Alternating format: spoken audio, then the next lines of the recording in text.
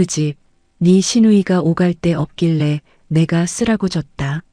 넌 당장 우리 집에 와서 밥이나 차려. 신혼여행에서 돌아오자마자 마주한 건 통째로 뜯겨나간 현관문 도어록과 시어머니의 기가 차는 통보였습니다.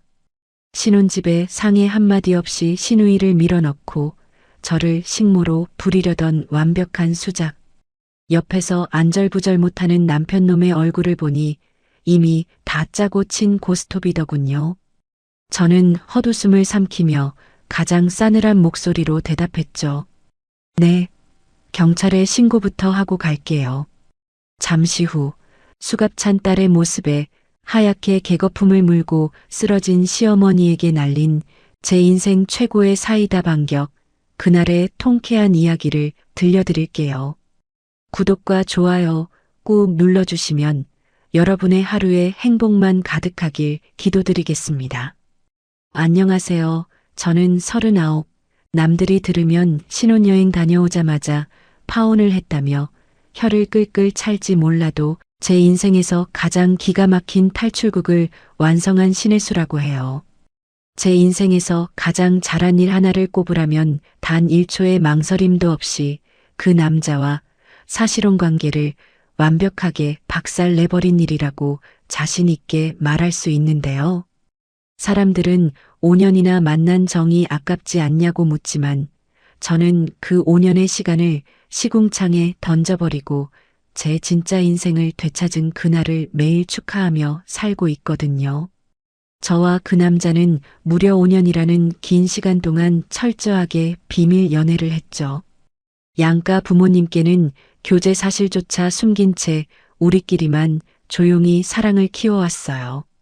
제가 그렇게 연애를 숨길 수밖에 없었던 건 다름 아닌 돈 때문이었습니다. 어릴 적 엄마가 갑작스러운 사고로 세상을 떠나신 후 저희 아버지는 오직 저 하나만을 위해 헌신하며 살아오셨어요. 아침 일찍부터 밤늦게까지 굳은 일을 마다하지 않으며 제 학비와 생활비를 벌어주신 아버지의 굽은 등과 굳은 살 박인 손을 볼 때마다 저는 일찍 철이 들 수밖에 없었죠. 아버지의 그 무거운 어깨에 결혼이라는 짐까지 얹어드리는 건 딸로서 절대 할 수 없는 불효라고 생각했거든요.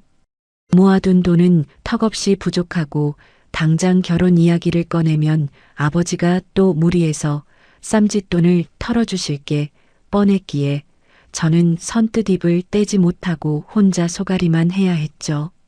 그 남자 역시 사정은 비슷했더라고요. 홀어머니 밑에서 자란 데다가 과거에 자기 친여동생이 무리하게 대출을 받고 빚을 지는 바람에 파혼까지 당했던 뼈아픈 가족사가 있었죠. 그래서인지 그 남자는 결혼이라는 단어 앞에서는 유독 몸을 사리며 몹시 조심스러워하는 기색을 보였어요. 우리는 데이트하면서도 서로의 지갑 사정을 뻔히 아니까 비싼 레스토랑보다는 길거리 포장마차나 작은 분식집을 전전하며 사랑을 키워왔습니다. 양가 부모님께는 절대 금전적인 손을 벌리지 말고 우리 스스로 자금을 완벽하게 마련한 뒤에 아주 당당하게 결혼 허락을 받자고 굳게 새끼손가락을 걸고 약속했어요. 하지만 현실의 벽은 생각보다 훨씬 더 높고 차가웠어요. 둘이서 허리띠를 졸라매고 부지런히 돈을 모았는데도 번듯한 신혼집 하나 마련하는 건 하늘의 별 따기였죠. 부동산 유리창에 붙어있는 전셋값을 볼 때마다 눈덩이처럼 불어나는 대출 이자를 계산하느라 제 입에서는 무거운 한숨만 새어나왔어요. 팍팍한 현실에 부딪혀 제가 고개를 푹 숙이고 좌절할 때마다 그 남자는 제 어깨를 따뜻하게 감싸 안으며 아주 긍정적인 태도로 저를 다독여 주었습니다. 너무 걱정하지 마. 우리가 지금은 조금 부족해도 둘이 힘을 합치면 못 게 뭐가 있어. 내가 더 열심히 뛸 테니까 우리 조금만 더 힘내자. 그 남자는 제 눈을 다정하게 바라보며 듬직한 목소리로 위로를 건넸어요. 그 다정한 미소와 책임감 넘치는 태도에 저는 완벽하게 속아 넘어가고 말았죠. 상황이 힘들 때마다 듬직한 버팀목 역할을 자처하는 그를 보며 저는 아버지가 안심하고 기뻐하실 만한 아주 훌륭한 사람을 만났다고 굳게 확신했어요. 이 남자라면 험난한 세상 풍파도 함께 헤쳐나갈 수 있을 거라 믿어 의심치 않았거든요. 겉으로는 세상 둘도 없는 다정한 남자인 척 코스프레를 완벽하게 해냈으니 제가 어떻게 그 가면 속의 민낯을 알아차릴 수 있었겠어요. 그렇게 팍팍한 현실 속에서도 서로를 향한 굳건한 믿음이라고 착각했던 감정을 안고 어느덧 연애 5년 차에 접어들었어요. 통장 잔고는 여전히 넉넉하지 않았지만 우리는 더 이상 결혼을 미루는 건 의미가 없다고 판단했죠. 나이도 꽉 찬 데다가 이 정도 듬직한 남자라면 이제는 아버지께 당당하게 인사를 드려도 되겠다는 자신감이 생겼거든요. 우리는 길었던 비밀 연애의 막을 내리고 드디어 양가 부모님께 정식으로 인사를 드리며 결혼을 추진하기로 굳게 결심했어요.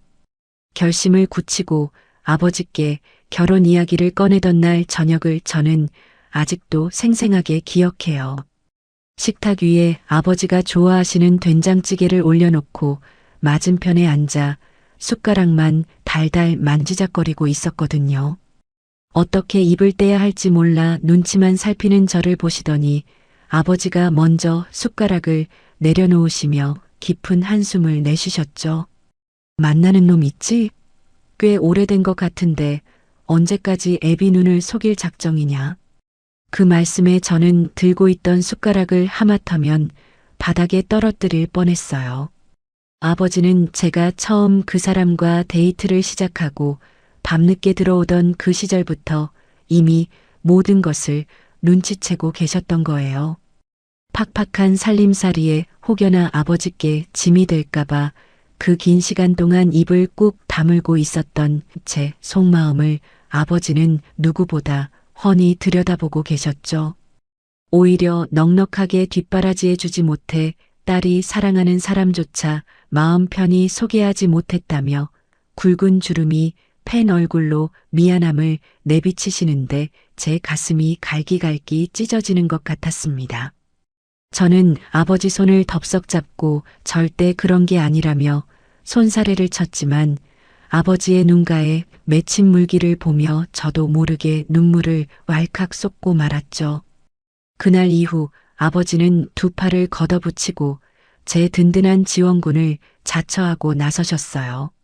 상견례라는 무거운 자리를 갖기 전에 아버지는 예비사위의 진짜 됨됨이를 파악하겠다며 그 사람을 밖으로 따로 불러내셨죠. 아버지가 평소 즐겨 찾으시는 허름하지만 정감 가는 단골 고깃집에서 두 남자는 늦은 밤까지 술잔을 기울였어요. 저는 혹시라도 그 사람이 실수할까봐 집에서 조마조마하게 기다리고 있었는데 자정이 훌쩍 넘어서야 들어오신 아버지의 표정은 묘하게 굳어 있으셨죠. 아버지는 산전수전 다 겪으며 사람 밑바닥까지 꿰뚫어보는 매의 눈을 가진 전직 사업가셨잖아요. 몇 시간 동안 술잔을 부딪히며 대화를 나눠본 것만으로도 그 남자의 우유부단하고 줏대 없는 성격을 단번에 읽어내신 거예요. 그 무렵 저는 시어머니 될 사람과 따로 가벼운 식사 자리를 가졌다가 겪었던 불쾌한 일화를 아버지께 털어놓게 되었어요. 상견례 전에 얼굴이나 먼저 트자며 저를 불러내신 시어머니는 밥을 먹는 둥 마는 둥 하시며 대뜸 제 배경부터 캐물으셨습니다. 홀아버지 밑에서 자랐다는 말을 듣자마자 혀를 끌끌 차시며 혼수나 예단을 해올 형편은 되냐고 노골적으로 면박을 주셨던 그 싸늘한 말투를 아버지께 빠짐없이 말씀드렸죠. 제 이야기를 묵묵히 들으시던 아버지는 주먹을 꽉 쥐시며 눈빛을 매섭게 번뜩이셨어요. 딸이 겪은 수모에 화가 나신 것도 있지만 무엇보다 그 집안 사람들이 며느리를 만만하게 보고 훗날 제 재산까지 탐낼 수 있다는 끔찍한 불길함을 본능적으로 감지하신 거죠. 며칠 뒤 아버지는 저를 조용히 안방으로 부르시더니 낡은 서랍장 깊숙한 곳에서 빛바랜 통장 하나를 꺼내 제 손에 쥐어주셨습니다. 통장을 펼쳐본 저는 찍혀있는 숫자를 보고 숨을 헉 들이마셨어요. 무려 1억이라는 거금이 들어있었거든요. 제가 첫 월급을 받아 빨간 내복을 사드렸던 그날부터 아버지는 딸이 언젠가 가정을 꾸릴 때 당당하게 어깨를 펴고 살 수 있도록 입을 것 안 입고 드실 것 안 드시며 푼푼히 돈을 모아오셨던 거예요. 저는 이렇게 큰 돈을 받을 수 없다며 통장을 다시 밀어냈지만 아버지는 제 손을 뼈가 으스러지도록 꽉 쥐시며 단호한 목소리로 말씀하셨죠. 이 돈으로 집부터 구해라. 단명이는 무조건 네 이름 하나로만 올려야 한다. 시댁 식구들이나 그놈한테는 절대 이 돈의 출처를 밝히지 말고 대출 왕창 끼고 얻은 평범한 전셋집인 것처럼 완벽하게 속여. 아버지의 그 말씀은 평범한 조언이 아니라 딸을 지옥구덩이에서 구출해내기 위한 치밀한 작전 지시나 다름없었어요. 사람의 진짜 밑바닥은 온전히 겪어보기 전까지는 절대 알 수 없으니 혼인신고 역시 핑계를 대서라도 최대한 미루라는 뼈 있는 당부도 잊지 않으셨습니다. 세상에서 가장 믿음직한 방패를 딸의 손에 쥐어주신 아버지는 혹시라도 제가 마음 약해져서 사실대로 털어놓을까봐 신신당부를 거듭하셨어요. 저는 아버지의 그 깊고 무거운 사랑 앞에서 고개를 주걱거리며 반드시 시키는 대로 하겠다고 맹세했죠. 아버지의 해안 덕분에 저는 곧바로 부동산을 돌아다니며 조건에 맞는 아파트를 찾아 나섰어요. 그 남자에게는 우리가 모은 돈의 영끌 대출을 받아서 전셋집을 구하자고 철저하게 연기를 했죠. 은행을 오가며 가짜 서류를 챙기는 척 바람을 잡고 남편이 바빠서 오지 못하는 평일 낮 시간을 이용해 저는 홀로 부동산에 앉아 제 단독 명의로 전세가 아닌 매매 계약서에 아주 당당하게 도장을 찍었어요. 계약서에 제 이름 세 글자가 선명하게 박히는 순간 등줄기로 짜릿한 전율이 흘렀습니다. 겉으로는 반반씩 힘을 합쳐 힘겹게 마련한 신혼집인 척 포장했지만 그 집의 진짜 주인은 오직 저 하나였거든요. 등기부등본을 제 가방 깊숙한 곳에 숨겨 넣으며 저는 아버지의 날카로운 직감이 틀리기를 아주 조금은 바랐어요. 그 남자가 정말로 저를 아끼고 시댁 식구들도 상식적인 선에서 저를 대해주기를 기대했죠. 하지만 돌이켜보면 그때부터 이미 제 결혼 생활은 살얼음판 위를 걷는 것과 같았어요. 남편 앞에서는 빚더미에 앉아 한숨을 쉬는 예비 신부 연기를 완벽하게 해내며 저는 험난한 시월드가 기다리고 있을 그 거대한 전쟁터로 조심스럽게 첫 발을 내디뎠습니다. 단독 명의로 신혼집 계약을 완벽하게 끝내고 마음속으로 단단한 방패를 하나 품은 채 상견례를 앞둔 어느 주말이었어요. 정식으로 양가 어른들이 만나기 전에 시어머니와 시누이에게 먼저 제대로 된 식사를 대접하고 싶어 제가 따로 자리를 마련했거든요.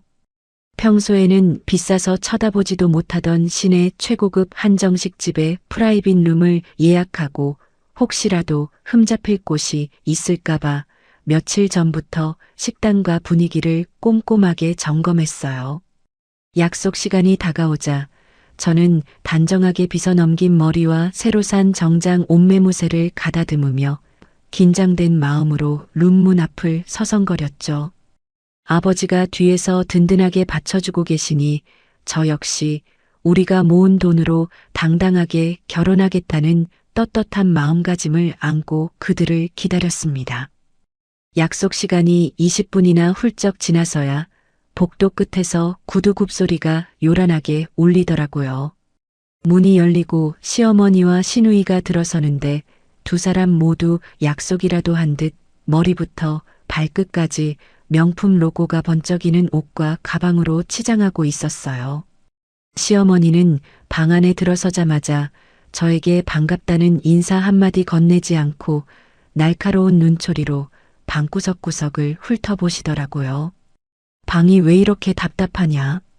창문도 없고 퀴퀴한 냄새가 나는 것 같구나. 네가 예약했다고 해서 와봤더니 수준이 딱 여기까지네. 시어머니는 자리에 앉기도 전에 코를 찡그리며 불평부터 쏟아내셨어요. 옆에 선 시누이 역시 팔짱을 낀 채 제 옷차림을 위아래로 훑어보며 비웃듯 입꼬리를 올리더라고요.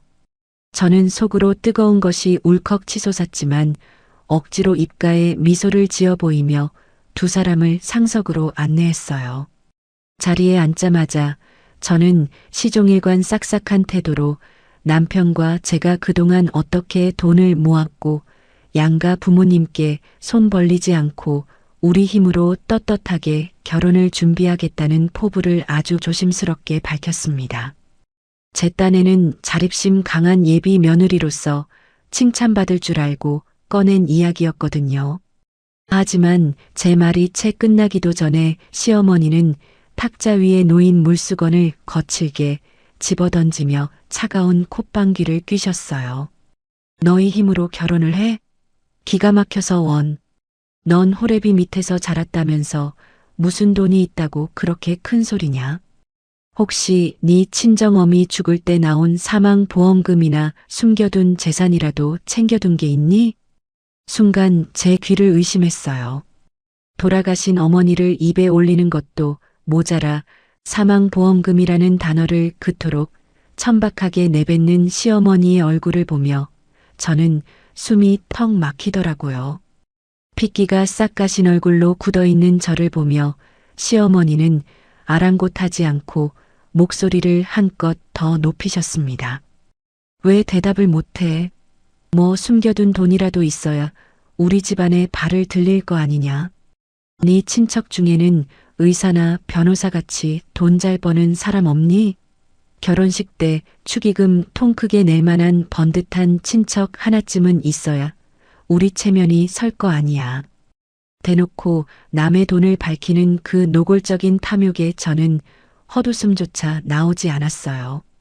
저는 애써 떨리는 두 손을 허벅지 아래로 숨기고 주먹을 꽉 쥔 채 제 친척들은 모두 평범하게 소박하게 사시는 분들이라 축의금을 크게 기대할 곳은 없다고 아주 단호하게 선을 그어버렸어요. 제 대답이 떨어지기가 무섭게 시어머니는 미간을 잔뜩 찌푸리며 대놓고 실망한 기색을 표출하셨고 방 안의 공기는 순식간에 시베리아 벌판처럼 싸늘하게 얼어붙고 말았어요. 때마침 직원들이 값비싼 요리들을 줄지어 상위에 차려내기 시작했습니다. 제가 정성을 다해 고른 최고급 코스 요리였지만 시어머니는 젓가락으로 음식들을 툭툭 건드리며 고개를 내저으셨어요. 반찬 때깔 좀 봐라. 내 친구들이랑 자주 가는 강남 한정식 집은 사내진미가 상 다리가 부러지게 나오는데 여긴 뭐 먹을 게 하나도 없구나. 격이 떨어져서 원, 입맛이 싹 달아나네. 시어머니는 제 정성을 바닥에 내동댕이 치며 본인의 부유한 인맥과 허세를 과시하느라 여념이 없으셨어요. 그 옆에서 회를 씹던 시누이마저 젓가락을 탁 내려놓으며 시어머니의 무례함에 아주 장단을 맞추더라고요. 엄마 말이 맞네. 음식이 다 왜 이래? 새언니 될 사람은 엄마 없이 커서 그런지 맛있는 거 먹어본 경험이 없나 봐. 홀아버지 밑에서 자라면 애가 눈치만 보고 제대로 된 가정교육을 못 받는다던데 벌써부터 걱정이네. 저를 향한 명백한 인신공격이자 우리 아버지를 깎아내리는 모욕적인 언사였어요. 당장이라도 식탁을 엎어버리고 저 입을 틀어막고 싶었지만 저는 혀를 깨물며 이성의 끈을 간신히 부여잡았어요. 저들의 밑바닥이 어디까지인지 제 두 눈으로 똑똑히 확인해야만 나중에 후회 없이 끊어낼 수 있을 거라는 생각에 오기로 버텼거든요. 시어머니는 한술 더 떠서 물잔을 들고 아주 거만한 표정으로 저를 내려다보셨습니다. 너 우리 아들이 얼마나 대단한 앤 줄 알기나 하니?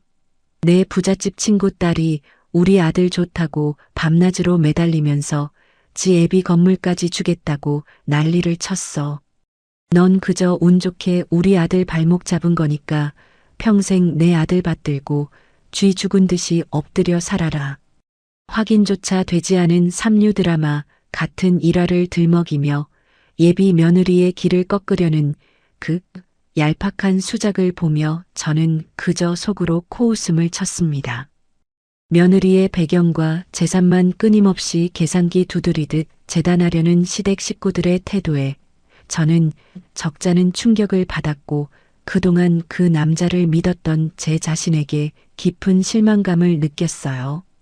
식사가 절반도 채 끝나지 않았는데 시어머니와 시누이는 서로 눈짓을 주고받더니 갑자기 핸드폰을 들어 올리며 부산을 떨기 시작했습니다. 어머, 급하게 모임이 잡혔네. 먹을 것도 없는 자리에서 시간 낭비할 뻔했구나. 우린 바빠서 먼저 일어날 테니 넌 남은 거 다 먹고 계산 잘하고 가거라.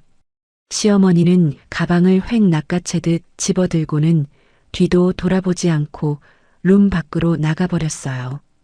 시누이 역시 저를 향해 비릿한 조소를 날리고는 엉덩이를 털며 그 뒤를 쫓아 도망치듯 자리를 떠나버렸죠.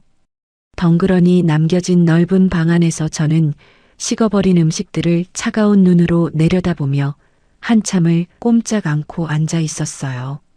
저들이 남기고 간 천박한 말들과 조롱 섞인 웃음소리가 귓가에 맴돌았지만 이상하게도 슬프거나 비참하지는 않았어요. 오히려 제 머릿속은 놀랍도록 차분해지고 차갑게 식어가고 있었거든요. 집으로 돌아온 저는 식탁에 마주 앉은 아버지께 오늘 있었던 그 황당하고 기가 막힌 만남을 토시 하나 틀리지 않고 전부 털어놓았어요. 제 이야기를 듣는 내내 아버지의 턱 근육이 실룩거렸고 손에 쥐신 찻잔이 미세하게 떨리고 있었습니다. 아버지는 깊은 한숨을 토해내며 주먹으로 식탁을 쾅 내리치셨어요. 당장 그놈 부르거라. 당장 파혼이야. 내 귀한 딸을 그딴 근본 없는 집구석에 고생하라고 밀어넣을 수는 없어. 아버지의 불호령에 저는 곧바로 그 남자에게 전화를 걸었어요. 사태의 심각성을 파악한 그 남자는 한밤중인데도 헐레벌떡 저희 집으로 달려왔죠. 거실 바닥에 무릎을 꿇고 앉은 그는 연신 식은 땀을 닦아내며 두 손을 싹싹 비벼댔어요. 아버님, 정말 죄송합니다. 저희 어머니가 혼자 저를 키우시다 보니 욕심이 과하셔서 실수를 하셨습니다. 제가 중간에서 단돌이 확실하게 하겠습니다. 해수 눈에서 절대 눈물 나는 일 없게 제가 완벽한 방패막이가 되겠습니다. 한 번만 믿어주십시오. 그 남자는 눈물까지 글썽이며 아주 절절하게 매달렸어요.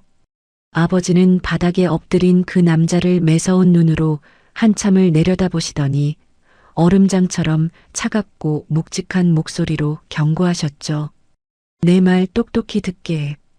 중간에서 방패막이 노릇 똑바로 못하고 내 딸 눈에서 피눈물 뽑아내는 날엔 그날로 이 결혼은 엎어지는 거야. 네 어미, 네 여동생 입단속 확실하게 해. 그 남자는 몇 번이나 바닥에 머리를 조아리며 맹세하고 또 맹세한 뒤에야 겨우 집으로 돌아갔습니다. 현관문이 닫히고 덜덜 떨리던 남자의 발소리가 멀어지자 아버지는 제 어깨를 단단히 쥐시며 목소리를 낮추셨어요. 사람 본성은 하루아침에 바뀌는 게 아니다. 저놈이 중간에서 막아주겠다는 말 100% 믿지 마라. 내 예감이 틀리지 않았구나. 내 명의로 집을 해둔 게 천만다행이야. 당장 혼인신고는 꿈도 꾸지 말고 식부터 올려. 언제든지 도망쳐 나올 수 있게 단단히 준비해야 해. 아버지의 그 얼음장 같은 경고가 제 귓등을 강하게 때렸습니다. 솔직히 저도 속으로는 뼈저리게 느끼고 있었어요. 이쯤에서 모든 걸 엎어버리고 뒤돌아서는 게 제 남은 인생을 지키는 유일한 정답이라는 걸요. 하지만 39이라는 꽉 찬 나이, 그리고 지난 5년이라는 긴 시간 동안 그 남자와 지지고 볶으며 쌓아온 세월이 제 발목을 진흙탕처럼 무겁게 붙잡고 놓아주질 않더라고요. 제 30대의 청춘을 다 바친 그 연애가 이렇게 구질구질하고 허무한 사기극으로 끝난다는 걸 제 스스로 인정하고 싶지 않은 온고집도 있었을 거예요. 게다가 방금 전까지 무릎을 꿇고 눈물 콧물을 쏙 빼며 싹싹 빌던 그 남자의 처절한 모습을 보니 그래도 나를 이만큼 사랑하니까 저렇게까지 매달리겠지. 내가 옆에서 잘 다독이고 이끌면 시댁 방패막이 역할 정도는 해내겠지 하는 어리석은 미련의 끈을 차마 놓지 못했던 거죠.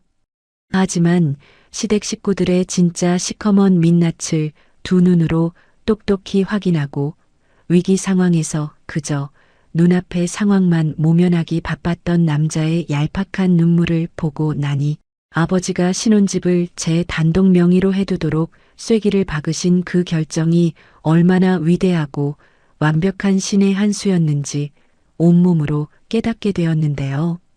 저는 그날 밤 침대에 누워 천장을 바라보며 다가올 결혼식과 신혼여행이 단꿈에 젖은 허니문이 아니라 언제 터질지 모르는 시한폭탄을 안고 뛰어드는 제 인생 가장 스릴 넘치는 작전의 시작이 될 것임을 직감하며 차가운 미소를 지었습니다. 그래, 갈 때까지 가보자. 대신 내 선을 넘는 순간 그땐 진짜 다 부숴버릴 거야. 하고 이불을 꽉 움켜쥐면서요. 결혼식 준비는 그야말로 언제 터질지 모르는 지뢰밭을 맨발로 걷는 기분이었어요. 우리 아빠 앞에서 무릎을 꿇고 눈물 콧물 쏙 빼며 완벽한 방패막이가 되겠다고 맹세했던 그 남자의 다짐은 채 일주일을 가지 못했거든요. 시어머니는 혼수와 예단 타령을 끊임없이 늘어놓으며 저를 은근슬쩍, 아니 아주 노골적으로 압박해왔어요. 백화점 가전 매장을 둘러보고 온 날이면 어김없이 제게 전화를 걸어 냉장고는 어느 브랜드의 최고급 모델이 좋다더라. 자기 친구 며느리는 예단비로 현금 몇 천만 원을 턱턱 보냈다더라 하며 제 속을 박박 긁어댔죠. 툭툭 던지는 그 가벼운 말들 속에는 제 뼈를 깎아내서라도 자기 허영심을 채우려는 시커먼 욕심이 덕지덕지 붙어 있었어요. 제가 남편의 등짝을 치며 시어머니 좀 말려보라고 화를 내도 그는 불안한 눈동자를 이리저리 굴리며 변명하기 바빴습니다. 우리 엄마가 아기가 있어서 그러는 게 아니잖아. 늙은 노인네가 친구들 앞에서 기죽기 싫어서 투정 부리는 거니까 당신이 조금만 넓은 마음으로 이해해줘. 자기 엄마의 그 탐욕스러운 본성을 단순한 투정으로 포장하며 앵무새처럼 변명만 늘어놓는 그 입을 당장이라도 꿰매버리고 싶었어요. 그놈의 악의 없는 장난 타령에 제 속은 이미 시커멓게 숫덩이가 되어 재만 날리고 있었는데 말이에요. 불길한 징조는 신혼여행을 떠나기 불과 며칠 전에 아주 커다란 폭탄이 되어 제 발밑에 떨어졌습니다. 시어머니가 다급한 목소리로 저를 시댁으로 부르시더니 제가 거실에 들어서자마자 소파에 아주 거만하게 다리를 꼬고 앉아 대뜸 으름장을 놓으셨거든요. 너 살림은 좀 할 줄 아냐? 여자애가 엄마도 없이 호래비 밑에서 컸으니 반찬 하나 제대로 만들 줄 알겠어? 살림 못하는 것도 명백한 이혼 사유가 된다는 거 똑똑히 알아둬라. 인사 한마디 없이 다짜고짜 이혼 사유를 운운하는 시어머니의 그 뾰족한 입술을 보며 저는 기가 막혀 헛웃음을 뱉었어요. 제가 어릴 적부터 아빠를 도와 집안일을 도맡아 했고 찌개 하나는 기가 막히게 끓여내니 살림이라면 누구보다 자신 있다고 아주 당당하게 대답하며 맞받아쳤죠. 하지만 제 대답은 시어머니의 귓등에도 닿지 않았습니다. 시어머니는 오히려 콧방귀를 흥기시며 삿대질까지 해가며 제 말을 납작하게 뭉개버리셨어요. 어디서 어른이 말씀하시는데 눈을 똑바로 뜨고 꼬박꼬박 말대꾸야? 네가 집에서 해먹던 그 허접한 솜씨랑 입맛 까다로운 우리 집안 식구들 비위 맞추는 게 같을 줄 아니? 신혼여행 다녀오면 짐 싸서 당장 우리 집으로 들어와. 내가 하나부터 열까지 며느리 돌이랑 집안일 제대로 가르칠 테니까 내 밑에서 싹 다 다시 배워. 신혼집을 멀쩡하게 구해놓고 시댁으로 들어와 살라니요. 이건 며느리 도리를 가르치겠다는 핑계로 공짜 식무 하나 들여서 자기 수족처럼 부려먹겠다는 아주 뻔뻔하고 도골적인 선전포고였어요. 저는 억장이 무너지는 심정으로 옆에 서 있던 남편의 옷깃을 다급하게 쥐고 흔들었어요. 당장 네가 나서서 이 말도 안 되는 상황을 막아달라는 간절한 눈빛을 보냈죠. 제 눈치를 살피던 남편은 시어머니의 팔짱을 끼고 슬그머니 베란다로 모시고 나가더라고요. 유리문 너머로 두 모자가 쑥덕거리는 소리가 거실까지 웅웅 울리는데 저는 그 짧은 시간이 꼭 지옥불 위를 맨발로 걷는 것처럼 길고 끔찍하게 느껴졌습니다. 잠시 후 거실로 돌아온 남편의 얼굴을 보는 순간 저는 남은 한 가닥 희망마저 가차없이 끊어져 나가는 파열음을 들었어요. 남편은 제 어깨를 능글맞게 감싸 안으며 아주 가증스러운 미소를 지어 보였거든요. 당신이 오해하는 거야. 엄마가 당신이랑 진짜 친딸처럼 가까워지고 싶어서 그러시는 거잖아. 우리 딱 한 달만 엄마 집에서 지내면서 살림도 배우고 싹싹하게 점수도 따자. 내가 중간에서 엄청 잘할게. 응? 아빠 앞에서 눈물 콧물 흘리며 방패막이가 되겠다던 그 남자는 결정적인 순간에 완벽하게 시어머니의 꼭두각시가 되어 제 희생을 아주 당연하다는 듯이 강요하고 나섰어요. 그 뻔뻔한 얼굴에 당장이라도 따기를 올려붙이고 싶었지만 저는 주먹을 꽉 쥐고 부들부들 떨리는 입술을 억지로 꽉 깨물었어요. 여기서 밥상을 다 엎어버리면 그동안 참고 견뎌온 제 5년의 청춘이 너무나도 억울하고 비참했거든요. 그리고 무엇보다 결혼식 초장부터 큰 소란을 만들고 싶지 않다는 얄팍한 체면이 제 발목을 단단히 잡았습니다. 저는 결국 끓어오르는 분노를 꿀꺽 삼키며 확답을 피한 채 상황을 얼버무리고 도망치듯 시댁을 빠져나왔어요. 그렇게 가슴속에 커다란 바위 덩어리를 하나 얹은 채 우리는 모두의 축복을 받는 척 연기하며 결혼식을 올리고 신혼여행길에 올랐습니다. 낭만적이고 달콤해야 할 휴양지의 밤바다는 제게 아무런 감흥도 주지 못했어요. 제 신경은 온통 남편의 수상하고 찌질한 행동에 쏠려 있었거든요. 남편은 제가 화장실에 가거나 샤워를 할 때마다 베란다 구석이나 화장실 문 밖으로 숨어들어 시어머니와 쉴 새 없이 통화를 해댔어요. 제가 조용히 다가가면 화들짝 놀라며 전화기를 등 뒤로 숨기거나 황급히 통화 종료 버튼을 누르는 꼴이 무언가 아주 단단히 구린 짓을 꾸미고 있다는 걸 돈내 지나가는 개가 봐도 알 수 있을 정도였죠. 너 자꾸 엄마랑 무슨 통화를 그렇게 몰래 해? 나한테 뭐 숨기는 거 있어? 똑바로 말해. 제가 팔짱을 끼고 매섭게 쏘아붙이면 그는 눈동자를 불안하게 굴리며 급한 회사 일이라거나 엄마가 여행지 날씨를 묻는 거라며 앞뒤가 하나도 맞지 않는 거짓말을 더듬더듬 늘어놓았어요. 남편의 그 비겁하고 줏대없는 태도를 지켜보며 저는 이 결혼이 첫 단추부터 완전히 잘못 끼워졌다는 서늘한 직감을 온몸으로 느꼈습니다. 파란 바다를 보면서도 제 머릿속은 한국으로 돌아가는 비행기를 타야 하는 날이 다가오는 것에 대한 끝없는 두려움으로 가득 찼어요. 시댁으로 들어가 살라는 그 무리한 요구를 어떻게 쳐내야 할지, 시어머니의 치마폭에 쌓인 이 기형적인 마마보이를 평생 감당할 수 있을지 생각할수록 머릿속이 엉망으로 얽히고 설켜 금방이라도 터질 것만 같았거든요. 단 한순간의 달콤함이나 여유도 허락되지 않았던 그 찝찝하고 숨막히는 신혼여행을 마치고 마침내 한국 땅을 밟았습니다. 공항을 빠져나와 택시에 올라탄 저는 남편에게 아주 단호하고 서늘한 목소리로 목적지를 불렀어요. 시어머니가 기다리는 시댁이 아니라 아버지가 제게 쥐어주신 단 하나의 무기이자 제가 단독 명의로 은밀하게 마련해 둔 우리의 신혼집 아파트였죠. 남편은 제 단호한 태도에 흠칫 놀라는 기색을 보이더니 이내 체념한 듯 푹 한숨을 쉬며 창밖으로 고개를 돌려버렸어요.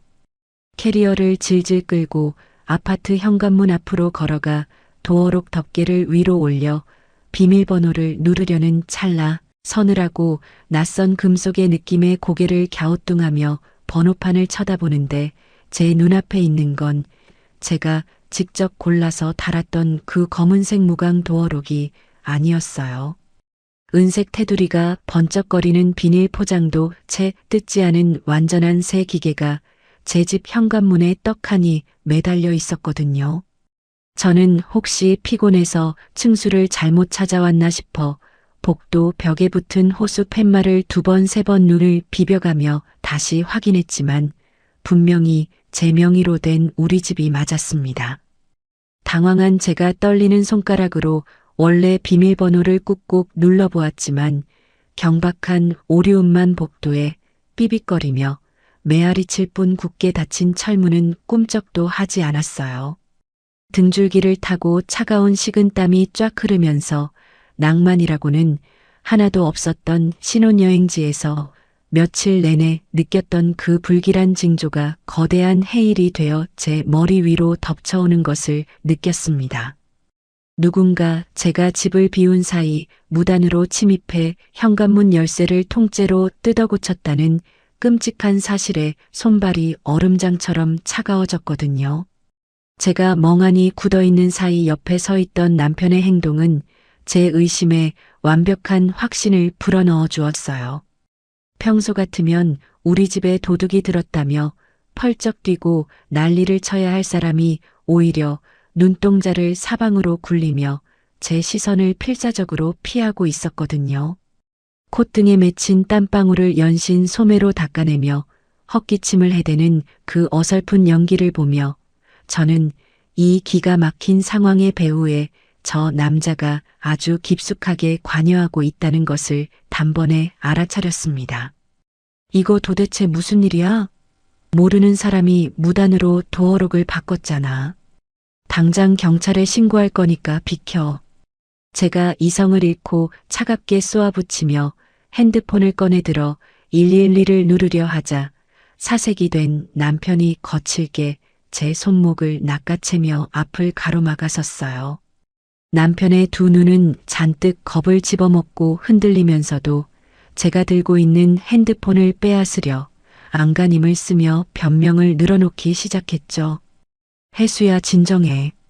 경찰은 무슨 경찰이야. 사실은 내 동생이 안에 있어.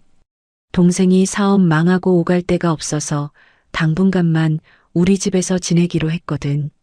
내가 미리 말 못해서 미안해. 남편의 그 말도 안 되는 변명을 듣는 순간 제 머릿속에서 이성의 끈이 툭 하고 끊어져 나가는 소리가 들렸어요.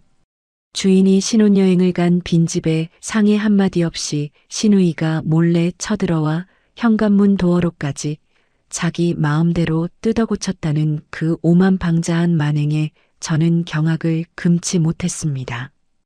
이건 단순한 민폐나 가족 간의 양해의 수준이 아니라 명백한 주거침입이자 타인의 재산을 강탈하려는 파렴치한 범죄였으니까요. 제가 분노로 치를 떨며 현관문을 부서져라 주먹으로 쾅쾅 내리치고 당장 문 열라고 소리를 질러댔지만 집 안에서는 아주 기가 막히고 뻔뻔한 반응이 돌아왔어요. 안에서 예능 프로그램이 나오는 TV 소리가 웅웅 울리고 슬리퍼를 질질 끄는 인기척이 분명하게 들리는데도 신우이는 문을 열어주기는커녕 거실 소파에 드러누워 콧방귀를 뀌고 있는 것이 눈에 선하게 그려졌거든요. 제가 아무리 문을 박살낼 듯 두드려도 들은 척도 하지 않고 묵묵부답으로 버티는 그 기생충 같은 기척에 저는 속에서 화라산 같은 천불이 솟구쳐 올랐습니다. 그제야 제 머릿속에 흩어져 있던 모든 수상한 조각들이 아주 완벽하게 하나의 끔찍한 그림으로 완성되었어요. 시어머니가 신혼여행에서 돌아오면 무조건 시댁으로 들어와 살림을 배우라고 억지를 부렸던 그 황당한 속셈. 그리고 남편이 신혼여행 내내 베란다에 숨어 시어머니와 몰래 통화를 주고받으며 입을 맞췄던 그 치밀한 작전 모의까지 말이에요. 저를 며느리 돌이라는 명분으로 시댁에 꽁꽁 묶어두고 제가 피땀 흘려 마련한 이 깨끗한 신혼집을 사업 말아먹은 자기 딸에게 떡하니 넘겨주려던 시어머니의 미친 계획에 남편까지 아주 충실한 사냥개가 되어 완벽하게 동조했던 거였어요. 가족이라는 가면을 쓰고 똘똘 뭉쳐 제 뒤통수를 후려치고 제 재산을 날로 삼키려 한 그 탐욕스러운 인간들의 실체를 확인하자 오히려 터질 것 같던 분노를 넘어 아주 서늘하고 차분한 냉기가 온몸을 감쌌습니다.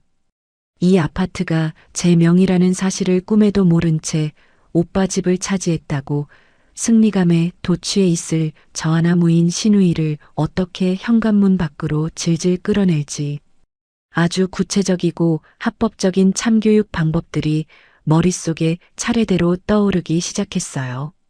남편은 제 옆에서 발을 동동 구르며 제발 동생 사정 좀 봐주자고 앵무새처럼 구걸을 해댔지만 저는 그 얄팍한 입을 당장 다물라는 뜻으로 벌레를 보듯 아주 날카롭고 견멸 어린 눈빛을 쏘아보냈습니다.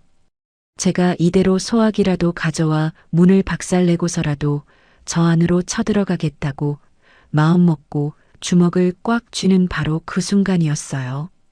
쥐고 있던 제 핸드폰 화면이 번쩍거리며 요란한 진동을 울리기 시작했습니다. 액정 화면에 뜬 발신자 이름을 확인한 저는 입꼬리를 비틀어 올리며 얼음장처럼 차가운 미소를 지었어요. 시어머니, 방금 전까지 아들 며느리의 빈집을 훔쳐 자기 딸에게 바친 그 대단한 도둑들의 수괴가 아주 기가 막힌 타이밍에 맞춰 제게 전화를 걸어온 거였어요. 저는 이 가증스러운 연극의 끝을 맺어줄 사이다 반격의 서막이 올랐음을 직감하며 천천히 통화 연결 버튼을 손가락으로 쓸어 넘겼습니다. 통화 연결 버튼을 누르자마자 핸드폰 스피커를 뚫고 튀어나오는 시어머니의 목소리는 미안함이나 당황한 기색이라고는 눈곱만큼도 찾아볼 수 없는 아주 기세등등하고 당당한 톤이었어요. 마치 자기 안방 아랫목에 누워 하녀에게 호통을 치는 듯한 그 오만한 목소리가 아파트 복도에 쩌렁쩌렁하게 울려 퍼졌거든요. 너희들 도착했냐? 현관문 안 열린다고 놀라지 말고 내 말 잘 들어라. 그 집, 네 시누이가 하던 사업 다 말아먹고 오갈 데가 없길래 내가 그냥 쓰라고 줬다. 남의 신혼집을 그것도 당사자들에게는 상의 한마디 없이 자기 마음대로 하사했다는 망언을 아주 천년덕스럽게 내뱉는 시어머니의 뻔뻔함에 저는 하마터면 헛웃음을 크게 터뜨릴 뻔했어요. 옆에 서 있던 남편은 자기 엄마의 폭탄 발언이 스피커폰 너머로 적나라하게 흘러나오자 사색이 되어 두 손으로 얼굴을 감싸쥐고 끙끙거리더라고요. 그 찌질한 모습을 곁눈질로 흘겨보며 저는 입술을 꽉 깨물고 시어머니의 다음 망언을 조용히 기다렸습니다. 아니나 다를까 시어머니는 한치의 예상도 벗어나지 않고 아주 완벽한 착각의 늪에 빠져 허우적거리는 소리를 이어나가셨어요. 어차피 너는 우리 아들이 뼈 빠지게 벌어서 구한 집에 숟가락 하나. 달랑 들고 빈몸으로 시집온 주제에 집도 없는 처지에 어디서 방황하지 말고 얌전히 짐 챙겨서 당장 우리 집으로 들어와. 빨리 와서 밥이나 차려라.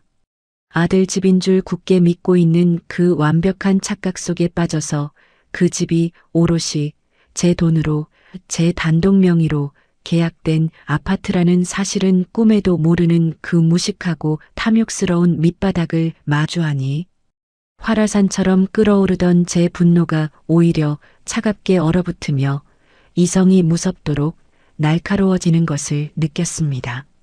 남의 귀한 딸을 노예 부리듯 소리치는 저 오만한 혓바닥을 어떻게 반토막 내어줄까 치밀하게 계산하다 보니 오히려 여유로운 미소마저 입가에 번지더라고요.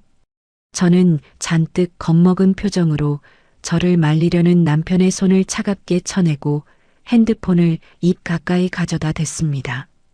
목소리에 한치의 흔들림이나 당황한 기색도 섞이지 않도록 아주 서늘하고 나긋나긋한 톤으로 시어머니의 쏟아지는 막말을 여유롭게 받아쳤어요. 아, 그러세요, 어머니.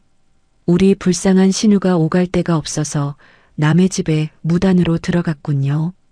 제 차분한 반응에 전화기 너머의 시어머니는 잠시 당황했는지 숨을 멈추는 기척이 느껴졌어요. 화를 내고 울고불고 매달려야 할 며느리가 너무나도 담담하게 대꾸하니 본인도 쎄한 느낌을 받았겠죠. 저는 그 찰나의 정적을 놓치지 않고 아주 크고 또렷한 목소리로 제가 벼르고 벼르던 뼈 때리는 일격을 단호하게 날려주었습니다.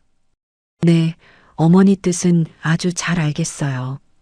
그럼 저는 일단 모르는 사람이 남의 집에 무단으로 침입했으니까 경찰에 신고부터 깔끔하게 하고 가든가 할게요. 경찰과 신고라는 두 단어가 튀어나오자마자 전화기 너머에서는 짐승이 덫에 걸려 비명을 지르는 듯한 날카로운 발악이 터져 나왔습니다. 뭐? 경찰? 네가 미쳤냐? 감히 시어머니가 한 일에 경찰을 불러? 거기가 왜 남의 집이야? 내 아들 집인데. 시어머니가 길길이 날뛰며 목에 핏대를 세우는 소리가 고스란히 전해졌지만 저는 더 이상 그 쓰레기 같은 변명을 들어줄 가치를 느끼지 못했어요. 저는 입꼬리를 비릿하게 올려 비웃으며 쿨하게 통화 종료 버튼을 꾹 눌러버렸습니다. 전화가 일방적으로 끊기자 시어머니는 분통이 터져 어쩔 줄 모르시겠죠. 하지만 제가 안겨드린 진짜 지옥은 이제부터가 본격적인 시작이었습니다. 제가 핸드폰 다이얼 화면을 띄우고 지체 없이 112를 누르려 하자 옆에서 사시나무 떨듯 떨고 있던 남편이 기겁을 하며 제게 미친 듯이 달려들었어요. 미쳤어. 진짜 경찰을 부르면 어떡해. 내 동생 정과자 만들 일 있어? 당장 끊어. 남편이 핏발선 눈으로 제 핸드폰을 낚아채려고 거칠게 손을 뻗어왔지만 저는 묵직한 캐리어를 방패 삼아 밀치고 평소 현장에서 다져진 악력으로 남편의 손목을 강하게 후려쳐 버렸어요. 찰싹하는 날카로운 마찰음과 함께 남편이 외마디 비명을 지르며 뒤로 물러서자 저는 구더기를 보는 듯한 아주 경멸스러운 눈빛으로 남편을 위아래로 훑어보며 낮게 으르렁거렸습니다. 내 몸에 손대지 마. 내 동생이 정과자가 되든 말든 이제 내 알 바 아니야. 한 발자국만 더 다가오면 너도 주거침입 공범으로 같이 쳐넣어 버릴 거니까 얌전히 찌그러져 있어. 제 서늘한 경고에 남편은 얼굴이 하얀 백지장처럼 질려 벽 쪽으로 슬금슬금 뒷걸음질을 쳤어요. 아빠 앞에서 무릎 꿇고 싹싹 빌며 완벽한 방패막이가 되겠다던 그 알량한 용기는 온데간데 없고 제 여동생이 수갑을 찰 위기에 처하자 본색을 적나라하게 드러내는 그 이기적이고 한심한 꼴을 보니 남아있던 일말의 정남이마저 아주 깨끗하게 떨어져 나가더라고요. 저는 남편에게 한 번 더 으르렁거린 뒤 핸드폰을 귀에 바짝 가져다 댔습니다. 뚜루루 하는 신호음이 몇 번 울리더니 이내 경찰서 상황실 직원의 차분한 목소리가 들려왔어요. 저는 심호흡을 크게 한 번 하고 제 소중한 권리를 되찾기 위한 합법적인 선전포고를 아주 또렷하고 정확하게 내뱉었습니다. 네, 여기 주거침입이랑 재물손괴로 신고 좀 하려고요. 제 명의로 된 아파트인데 제가 신혼여행으로 집을 비운 사이에 누군가 모르는 사람이 현관문 도어록을 통째로 바꾸고 몰래 침입해 있습니다. 안에 범인이 있는 걸 소리로 확실하게 확인했으니 지금 당장 출동해 주세요. 제 명의로 된 아파트라는 단어를 내뱉는 순간 가슴속에 꽉 막혔던 거대한 채증이 뻥 뚫리는 듯한 짜릿한 카타르시스가 온몸의 혈관을 타고 폭포수처럼 흐르는 것을 느꼈어요. 우리 아버지가 온갖 꾸준히 일을 마다하지 않고 평생을 바쳐 모은 돈으로 제게 쥐어주신 그 단독명의라는 철벽 방패가 드디어 세상에서 가장 완벽한 무기로 빛을 발하는 순간이었죠. 경찰에게 아파트 주소와 동호수를 한 글자도 빠짐없이 정확하게 불러주고 전화를 끄는 저는 굳게 닫힌 은색색 도어록을 향해 매서운 시선을 고정했습니다. 집안에서는 여전히 밖에서 무슨 거대한 폭풍이 몰아치고 있는 줄도 모르고 예능 프로그램 웃음소리만 아주 평화롭게 흘러나오고 있었어요. 제가 피땀 흘려번 돈으로 정성스럽게 고른 거실 소파에 더러운 발을 올리고 뒹굴거리며 승리감에 도취해 있을 그 기생충 같은 신우이를 상상하니 어이가 없어서 헛웃음이 픽 새어나왔죠. 남편은 차가운 복도 바닥에 털썩 주저앉은 채 양손으로 머리를 마구 쥐어뜯으며 짐승처럼 신음하고 있었지만 저는 그따위 패배자의 나약한 모습에는 눈길 한 번 주지 않았습니다. 대신 크로스백 안주머니 깊숙한 곳에 소중하게 부적처럼 품고 있던 등기부등본 서류의 빳빳한 감촉을 손끝으로 쓰다듬으며 마음을 얼음장처럼 차갑게 다잡았어요. 오늘 기필코 이 단단한 철문을 박살내고서라도 저 안에 웅크리고 있는 기생충을 복도 바닥으로 질질 끌어내서 그 오만한 콧대를 납작하게 꺾어버리겠다고 수백 번 수천 번 맹세하며 저는 꼿꼿하게 허리를 펴고 현관문 앞에 버티고 섰습니다. 멀리서 요란하게 울리며 다가올 경찰차의 사이렌 소리에 오히려 심장이 미친 듯이 뛰고 입가에는 승자의 통쾌한 미소가 떠나질 않았거든요. 5년이라는 긴 시간 동안 벤츠남 코스프레에 속아 넘어갔던 제 바보 같은 과거를 완벽하게 씻어내줄 아주 합법적이고 살벌한 참교육의 진짜 막이 마침내 화려하게 올랐습니다. 경찰에 신고를 마치고 차가운 아파트 복도에 서서 출동을 기다리는 그 몇 분의 시간은 제 인생에서 가장 길고도 짜릿하게 피가 마르는 순간이었어요. 벽에 기대어 선체 가방 안주머니에 들어있는 빳빳한 등기부등본의 감촉을 손끝으로 만지작거리며 저는 이 완벽한 사이다 반격을 어떻게 요리할지 머릿속으로 수십 번 시뮬레이션을 돌리고 있었거든요. 옆에서 사색이 되어 바닥에 주저앉아 있던 남편은 자신의 머리칼을 마구 쥐어뜯다가 기어코 무릎을 꿇은 채 제 바지가랑이를 부여잡고 질질 짜기 시작했습니다. 혜수야, 내가 다 잘못했어. 내가 무릎 꿇고 이렇게 빌 테니까 제발 신고만 취소해줘. 우리 엄마 쓰러지시면 어떡해. 내 동생 빨간 줄 그이면 네가 책임질 거야? 눈물 콧물을 아주 흉하게 쏟아내며 자기 가족 아니만 챙기는 그 이기적인 주둥이를 보며 저는 가차없이 발을 들어 남편의 어깨를 매몰차게 밀어버렸어요. 내 몸에 더러운 손 대지 마. 내 동생 빨간 줄 긋게 만든 건 남의 집에 쳐들어가라고 시킨 네 엄마랑 그걸 옆에서 멍청하게 방관한 너니까 억울하면 벽에 대고 소리나 쳐. 제가 얼음장처럼 차가운 목소리로 쏘아붙이자 남편은 짐승처럼 앓는 소리를 내며 복도 구석으로 찌그러져 몸을 둥글게 말았습니다.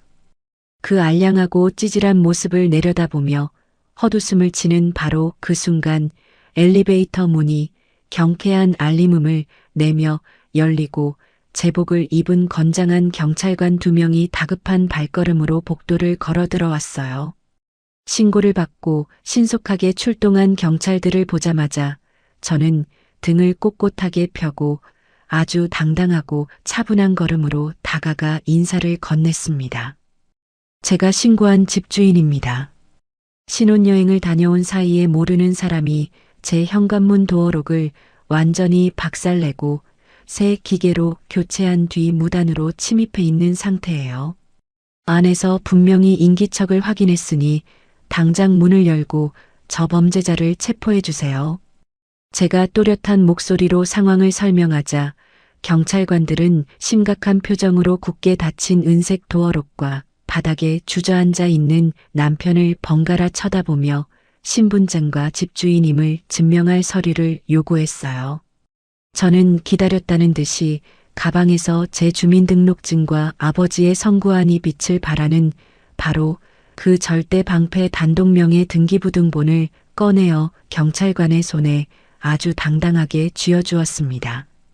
서류를 꼼꼼하게 살피던 경찰관은 소유자 란에 선명하게 박힌 제 이름 3글자와 신분증을 대조해 보더니 고개를 끄덕이며 곧바로 무전을 쳐서 상황을 보고하고 열쇠 수리공을 긴급하게 호출했어요. 열쇠 수리공이 도착하여 요란한 기계음을 내며 도어록을 강제로 해체하는 동안에도 집안의 시누이는 뻔뻔하게 버티고 있었습니다. 철컥하는 파열음과 함께 마침내 굳게 잠겨있던 현관문이 활짝 열리자 경찰관들이 3단봉을 손에 쥐고 재빠르게 집 안으로 진입했어요. 저 역시 캐리어를 입구에 팽개쳐두고 경찰의 뒤를 바짝 따라 거실로 쳐들어갔죠. 거실 풍경을 마주한 순간 저는 하마터면 헛구역질을 할 뻔했어요.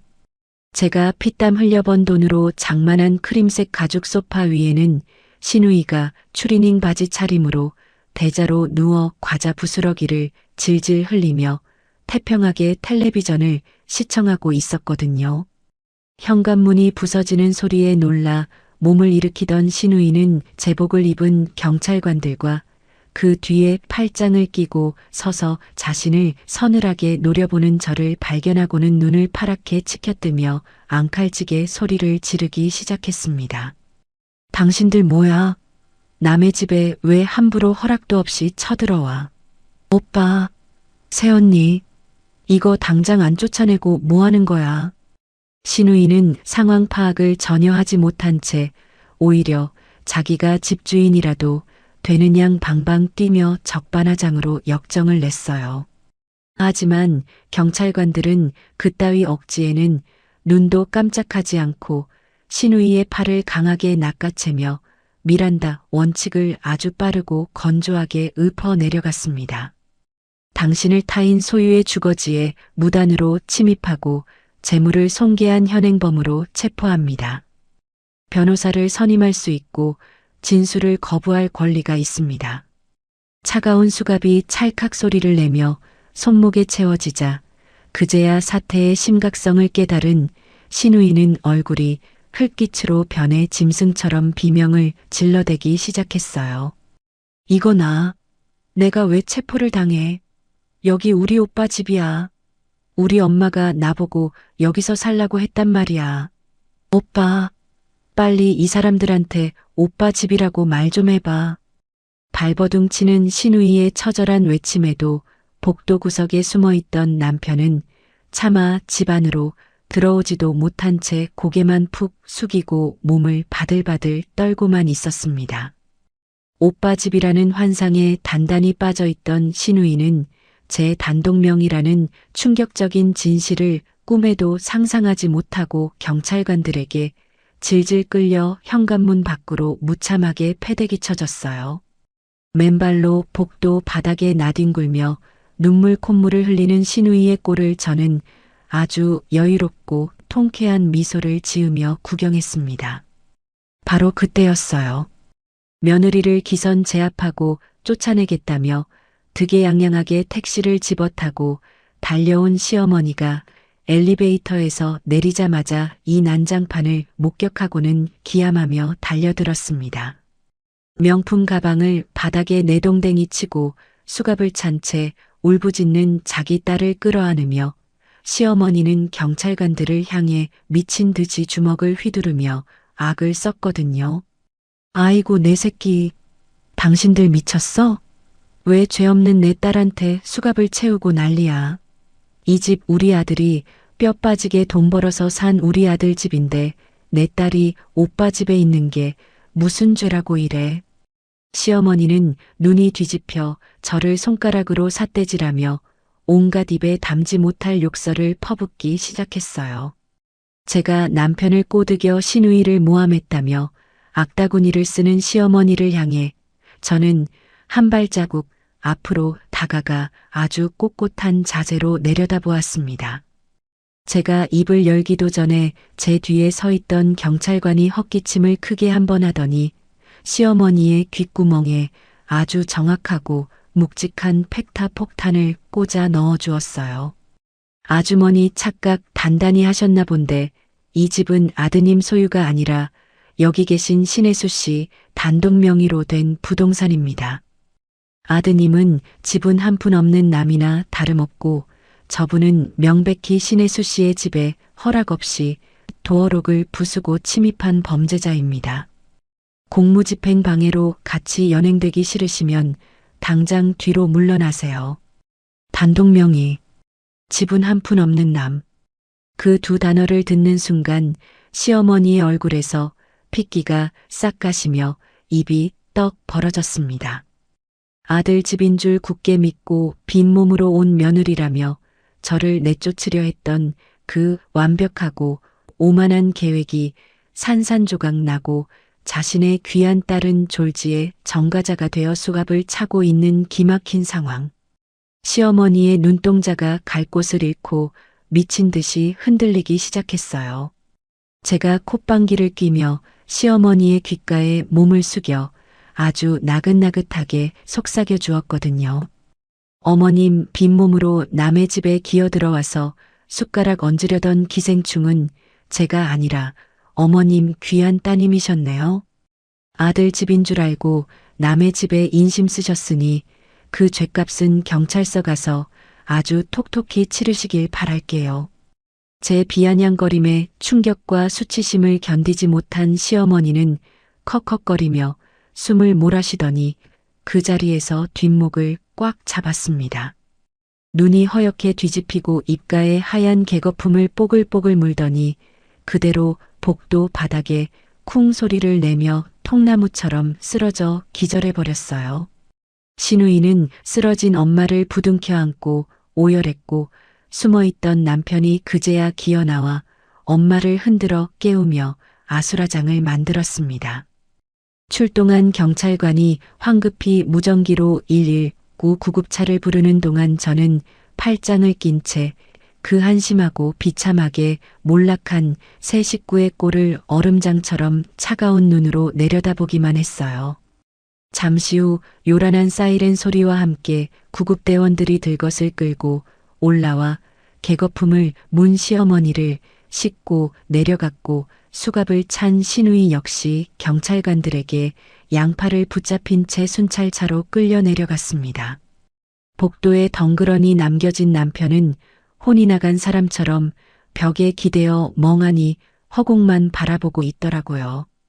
저는 혀를 끌끌 차며 집 안으로 쑥 들어가 거실에 널브러져 있던 시누이의 더러운 짐들과 화장대에 놓여있던 남편의 옷가지들을 모조리 끄집어냈습니다.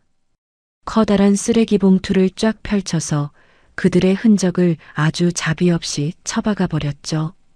봉투 입구를 꽉 묶어버린 저는 현관문을 열고 나가 멍청하게 주저앉아 있는 남편의 얼굴팍을 향해 그 거대한 쓰레기 봉투 2개를 시원하게 내던져 버렸습니다. 퍽 소리와 함께 짐덩어리를 맞고 나뒹구는 남편을 향해 저는 문고리를 꽉 틀어쥐고 통쾌한 이별 통보를 쏘아붙였어요. 네 더러운 짐 챙겨서 당장 내 집에서 꺼져.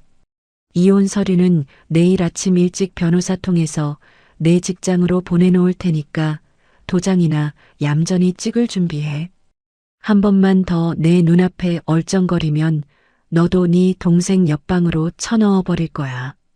남편이 입을 뻐끔거리며 매달리려 했지만 저는 가차없이 현관문을 쾅 닫고 2중 3중으로 잠금장치를 걸어버렸습니다. 부서진 도어록 대신 굳게 닫힌 철문 안에서 저는 두 팔을 뻗고 막혔던 숨을 깊게 토해냈어요. 불과 몇 시간 전까지만 해도 신우이가 뒹굴거리며 어질러 놓았던 과자 부스러기와 쓰레기들을 진공 청소기로 아주 남김없이 빨아들이고 독한 소독약을 뿌려 바닥을 박박 닦아내고 나니 비로소 이 집이 온전한 제 공간으로 돌아왔다는 실감이 났어요. 다음 날 아침 일찍 눈을 뜬 저는 가장 먼저 노트북을 켜고 그 남자와 5년 동안 데이트 비용을 모으자며 만들었던 공동 통장 내역부터 화면에 띄웠습니다.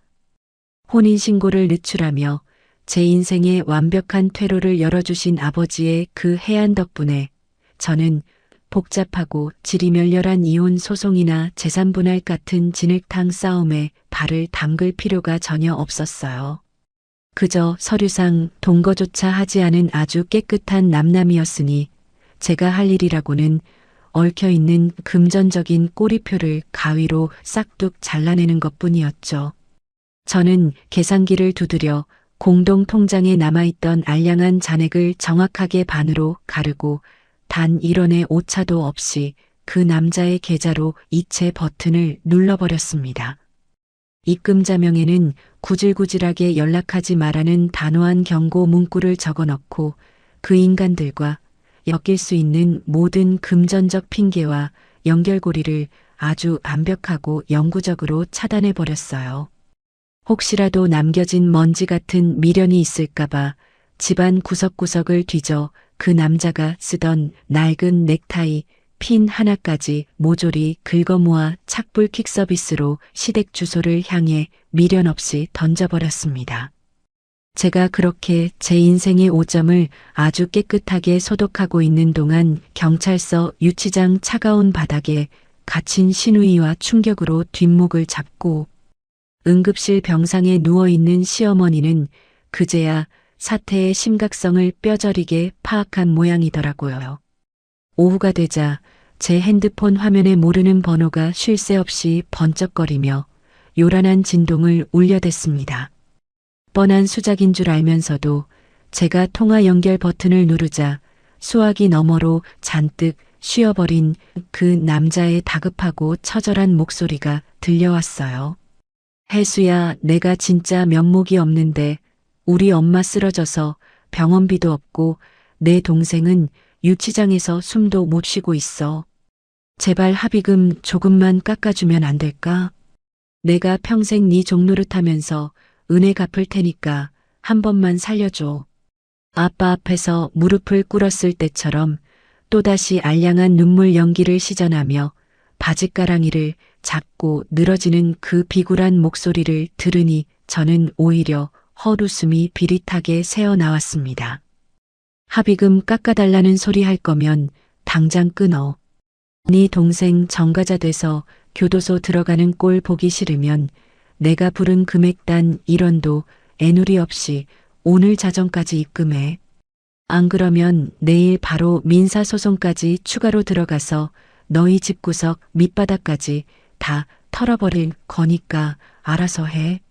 저는 그 남자의 구질구질한 변명이 채 끝나기도 전에 얼음장처럼 차가운 목소리로 일가라고 전화를 뚝 끊어버렸습니다.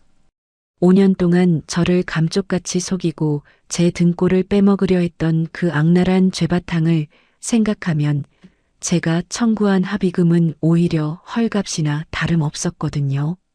주거침입과 재물손괴라는 명백한 범죄 기록을 달고 빨간 줄이 그어질 위기에 처한 신우이는 결국 이리저리 돈을 꾸며 발악을 한 끝에 엄청난 금액의 합의금을 제 통장으로 입금하고 나서야 겨우 유치장 문을 나설 수 있었습니다. 입금 알림 문자가 울리는 순간 저는 그 돈을 5년 동안 허비한 제 청춘에 대한 아주 소박한 보상금이라 여기며 통쾌하게 비웃어 주었어요. 시간이 조금 흐른 뒤에 건너 들려온 그 집구석의 소식은 그야말로 완벽한 인과응보의 결정체이자 한편의 통쾌한 사이다 복수국의 결말이었습니다. 사업을 말아먹고 남의 신혼집을 탐내던 신우이는 이 범죄 사건과 막대한 합의금 대출이 남편의 귀에까지 들어가면서 결국 처참하게 이혼을 당하고 길거리로 나앉았다고 해요. 며느리 길을 죽이겠다며 개거품을 물고 쓰러졌던 시어머니 역시 딸의 합의금을 물어주고 파산한 아들의 빚을 갚느라 평생 쥐고 살던 그 알량한 시댁집마저 비잔치로 몽땅 날려버렸다는 기가 막힌 소식이 들려왔죠. 지금은 정과자가 된 이혼녀 딸과 아무런 능력도 없는 마마보이 아들 그리고 허영심만 가득한 시어머니 셋이서 시골 할머니 집에 내려가 서로를 탓하며 지옥 같은 나날을 보내고 있다더라고요. 그 와중에도 정말 기가 막히는 건 그 마마보이 전 남편의 행보였어요. 본인은 서류상 혼인신고를 한 적이 없는 완벽한 미혼이라는 점을 훈장처럼 내세워 자기가 부양해야 할 파산한 엄마와 여동생을 떠안겨줄 또 다른 순진한 호구 여자를 찾으려 선자리를 기웃거리고 다닌다는 소문이었거든요. 그 지독한 소식을 전해 듣는 순간 저는 사람 고쳐 쓰는 거 아니라는 옛말이 토씨 하나 틀리지 않은 완벽한 진리임을 온몸으로 뼈저리게 느꼈습니다. 동시에 신혼여행 직후에 그 인간들의 썩어빠진 진면목을 두 눈으로 확인하고 단칼에 그 지옥불에서 빠져나온 것이 제 인생에 내려진 가장 크고 위대한 행운이라 여기며 가슴을 쓸어내렸죠. 길었던 5년의 연애가 휴지 조각처럼 허무하게 날아가 버린 사실에 아주 잠시 마음 한구석이 쓰라리기도 했지만 저는 제 인생의 흠집을 낼 뻔했던 그 끔찍한 실수를 스스럼없이 털어내고 인정하기로 했어요. 만약 그때 혼인신고를 먼저 해버렸다면 혹은 시어머니의 억지에 못 이겨 시댁으로 짐을 싸서 들어갔다면 제 인생은 평생 그 기생충 같은 인간들의 노예로 전락해 핏빛으로 물들었을 테니까요.